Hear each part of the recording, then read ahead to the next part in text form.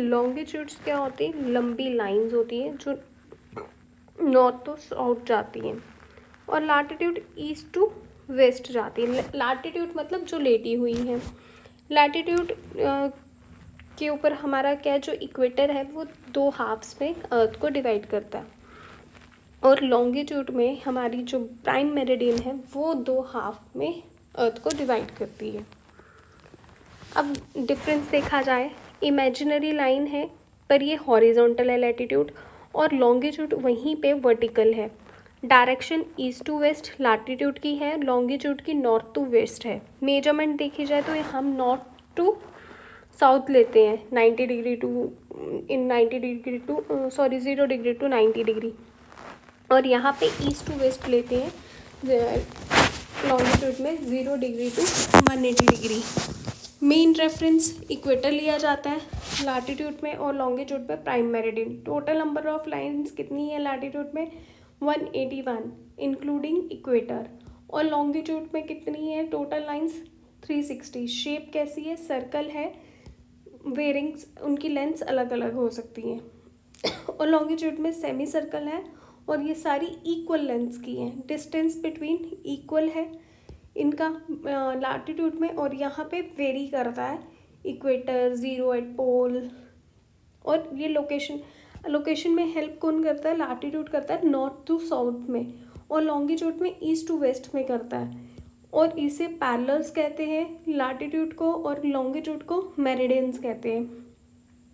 Major example जैसे equator, tropic of cancer, tropic of capricorn, और इसमें prime meridian 180 degree, international date line area. Use time calculator के लिए latitude को use नहीं किया जाता है, बट टाइम कैलकुलेशन के लिए लॉन्गिट्यूड को यूज़ किया जाता है।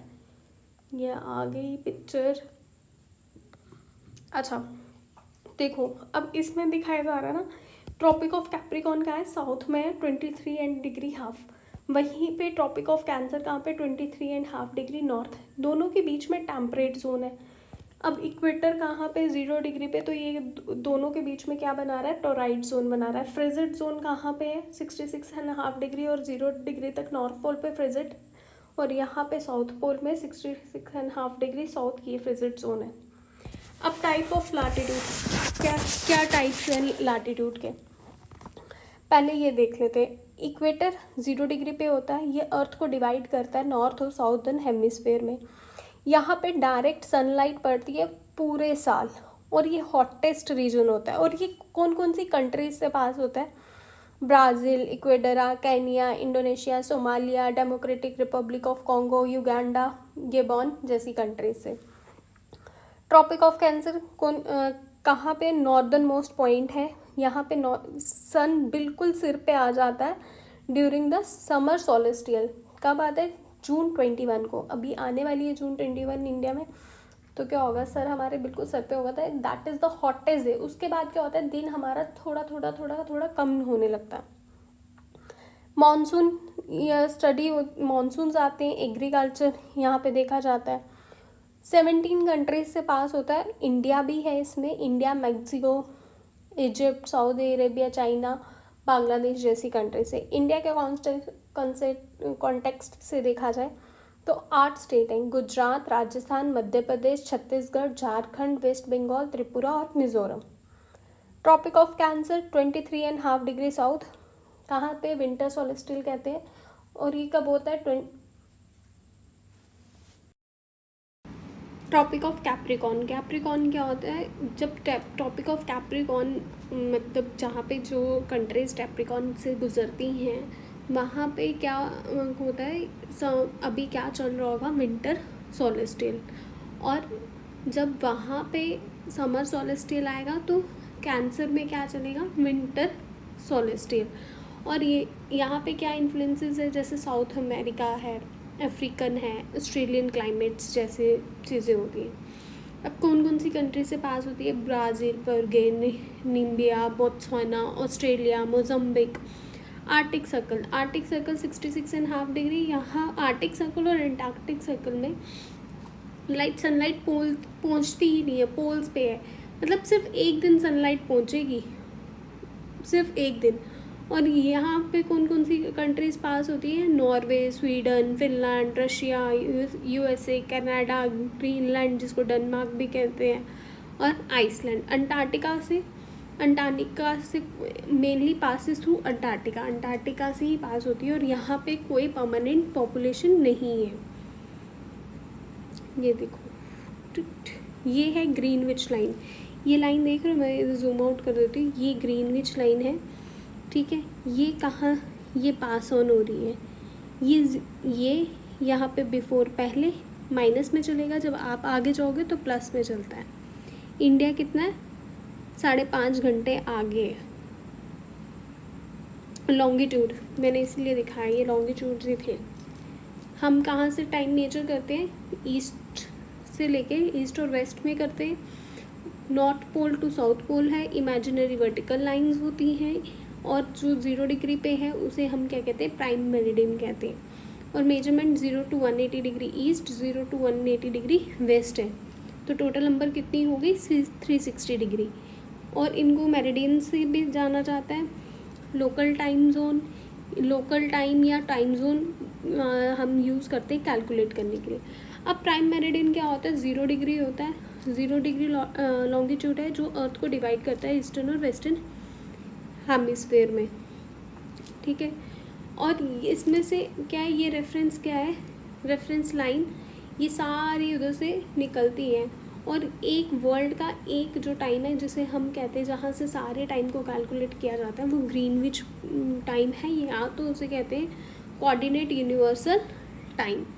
अब Greenwich is a district in London. कहाँ पे है? लंदन में है, इंग्लैंड में है, जहाँ पे रॉयल ऑब्जर्वेटरी लोकेट है। अब ये क्यों इम्पॉर्टेंट है? क्योंकि ये 0 डिग्री से पास होता है प्राइम मेरिडियन, तो यहाँ से सारी लोकेशंस निकालना इजी है। ओरिजिन पॉइंट है ये GMT का। आगे ये लॉन्गिट्यूड क्या है? वर्टिकल लाइंस मेजर ईस्ट और वेस्ट। प्राइम मेरिडियन 0 डिग्री अर्थ को डिवाइड करती है, और Greenwich a place in London जहाँ से प्राइम मेरिडियन पास होती है। अब इंडियन स्टैंडर्ड मेरिडियन टाइम क्या है? 82.5 डिग्री ईस्ट लॉन्गिट्यूड में है, जो 5.5 घंटे आगे है GMT से। और ये स्टैंडर्ड मेरिडियन क्या है? ये कहाँ से निकलती है? पासिस थ्रू मिर्ज़ापुर, जो प्रयागराज में है। और प्रयागराज कहाँ पे है? उत्तर प्रदेश में।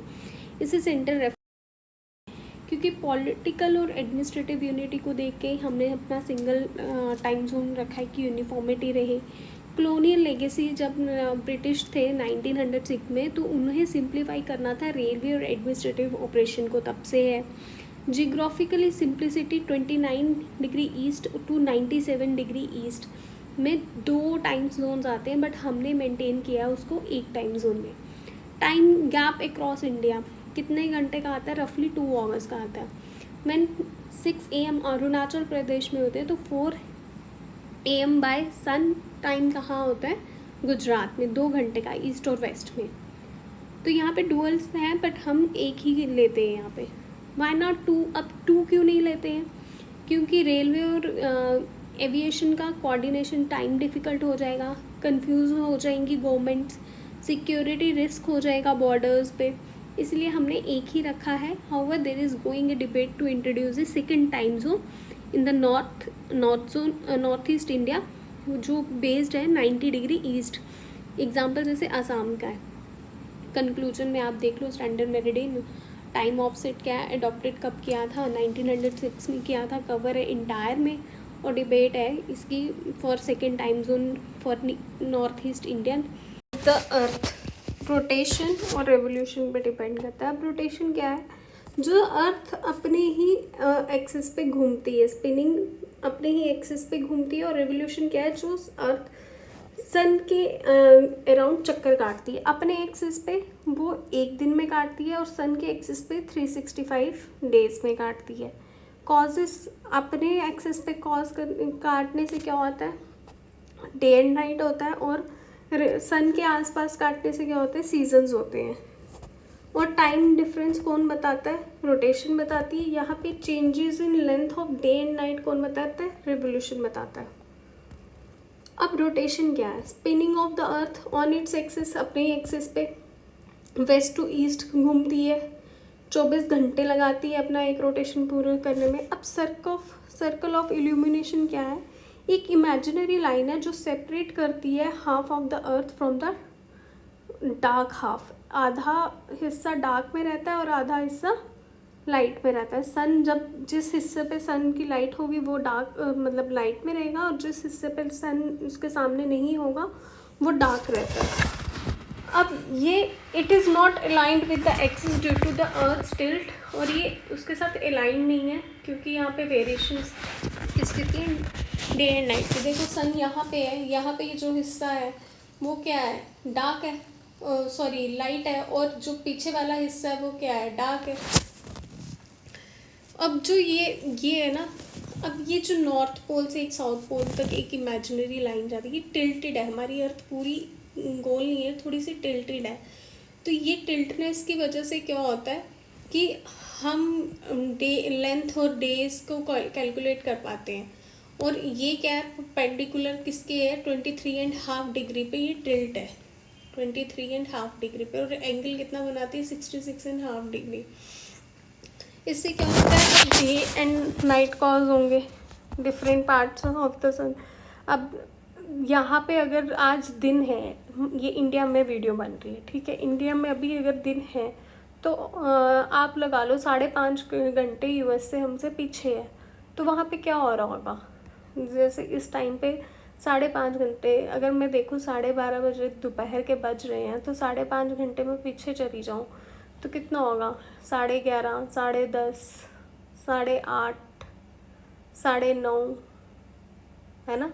ऐसे ही टाइम होगा 9 के आसपास, मतलब अभी अभी दिन चढ़ा होगा। और यहाँ पे क्या है? अपेरेंट मूवमेंट ऑफ द सन क्या बताता है? अपीयर्स कहाँ पे सन राइज होता है? ईस्ट में। और सेट कहाँ पे होता है? वेस्ट में। ये क्यों होता है? ये भी अर्थ की रोटेशन की वजह से होता है। अब 24 टाइम जोन्स हैं, और ईच टाइम जोन को ना 15 डिग्री ऑफ लॉन्गिट्यूड से लॉन्गिट्यूड क्या बताता है कि 1 घंटा, मतलब 15 डिग्री का लॉन्गिट्यूड क्रॉस करेंगे तो 1 घंटा हम आगे या पीछे होते हैं। अब ये क्या है? Coriolis effect. कोरोलिस इफेक्ट क्या होता है? Right to the right in the northern hemisphere winds. ये डिफ्लेक्शन ऑफ विंड्स होती है जब राइट की तरफ नॉर्दर्न हेमिस्फीयर में जाती है, और लेफ़्ट में क्या होता है? लेफ़्ट में तब आती है जब साउदर्न हेमिस्फीयर की तरफ जाती है। अब टाइडल इफेक्ट, सेंट्रीफ्यूगल फोर्स लगती है, यहाँ से इन्फ्लुएंस होती है टाइडल बजेस। और what would happen if the earth did not rotate? अब क्या होगा जब अर्थ रोटेट ही नहीं करेगी? No day and light, extreme temperature होगा, no Coriolis effect, no time zones. अब आगे रेवोल्यूशन ऑफ अर्थ। अब रेवोल्यूशन ऑफ अर्थ में जैसे ये फिगर है, बीच में सन है। अगर सन इस तरफ है नॉर्दर्न हेमिस्फीयर में, जैसे हम नॉर्दर्न हेमिस्फीयर में, तो यहाँ पे क्या है? गर्मी होगी। और वेस्टर्न हेमिस्फीयर में क्या होगा? नॉर्दर्न हेमिस्फीयर में अगर गर्मी है तो सदर्न हेमिस्फीयर में क्या होगा? इस टाइम सर्दी होगी। वैसे ही जब यहाँ पे एक ऑटम आएगा तो ऊपर स्प्रिंग होगा, यहाँ पे क्या होगा? साउदर्न में अभी विंटर्स चल रही होंगी। What is revolution? Movement of the earth around the sun. जो सन के अराउंड मूवमेंट होती है उसे क्या कहते हैं? रेवोल्यूशन। कितना टाइम लगती है? 365 एंड 1/4 डेज। तभी 4 साल के बाद लीप ईयर आता है। पेरिहेलियन क्या होता है? जो क्लोजेस्ट टू द सन होता है, जैसे जनवरी 3rd।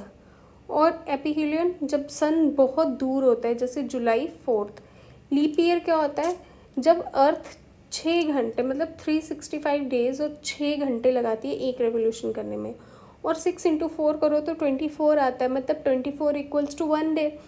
तो हम वो 6 घंटे 4 साल तक जोड़ के एक लीप ईयर बनाते हैं।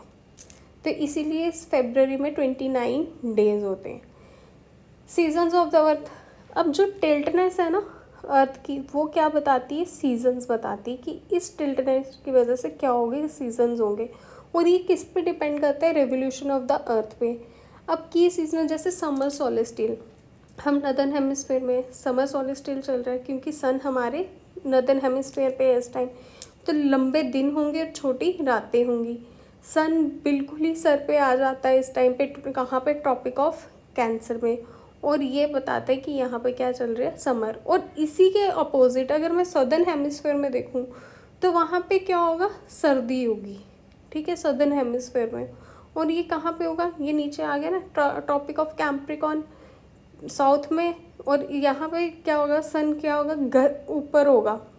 और यहाँ पे क्या इंडिकेट करेगा कि यहाँ पे क्या आ गई, विंटर्स आ गई। अब विंटर सोलेस्टियल क्या होती है, विंटर्स में क्या होता है, सबको पता है, शॉर्टेस्ट डे होती है और लॉन्गेस्ट नाइट होती है। अब स्प्रिंग इक्विनॉक्स कब आता है, 21 मार्च, जब sun directly over the head of the equator होता है। इसमें इक्वल डेज और इक्वल नाइट्स होती हैं। और वैसे ही ऑटम इक्विनॉक्स आता है जब 23 सितंबर को, जब सन क्या होता है, बिल्कुल ही इक्वेटर पे होती है, इक्वेटर पे होता है और इक्वल डे एंड नाइट होता है। और जब इक्विनॉक्स आता है तो हमें बहुत पानी पीने की ज़रूरत होती है कि हमारी बॉडी बहुत ज़्यादा हाइड्रेटेड रहे। अच्छा, अब ये डिस्क्रिप्शन आ गया रोटेशन में। Spinning of the earth causes क्या करती है, day and night, circle of illumination, dividing line between day and night, orbital plane, flat path, earth flows around the sun, no rotation effect, permanent day night, no wind patterns, extreme weather हो सकता है। अगर revolution होगा तो 365 1/4 days में होता है, जिसकी वजह से सीजन्स होते हैं। लीप ईयर 1 एक्स्ट्रा डे, क्योंकि 6 घंटे हम जोड़ते जाते, जब 4th ईयर आता है 4 साल तक, और फिर हम उसको एक दिन कैलकुलेट करके 29 डेज कर लेते हैं। Solstice specific points marking summer winter equal day and night period. Solstices और इक्विनॉक्स क्या होते हैं, जब आपके कुछ दिनों के लिए इक्वल डेज और इक्वल नाइट्स होती हैं। Why does the southern hemisphere experience summer solstice while the northern hemisphere experience winter solstice at the same time?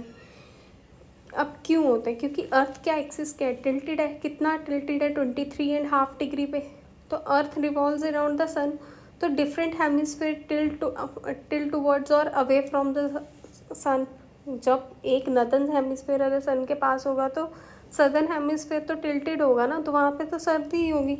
What happens during a सोलेस्टियल, अब सोलेस्टियल के टाइम पे क्या होता है, ऑन दिसंबर 21 और 22 southern hemisphere tilted towards the sun. Southern hemisphere क्या होता है, सन की तरफ होता है।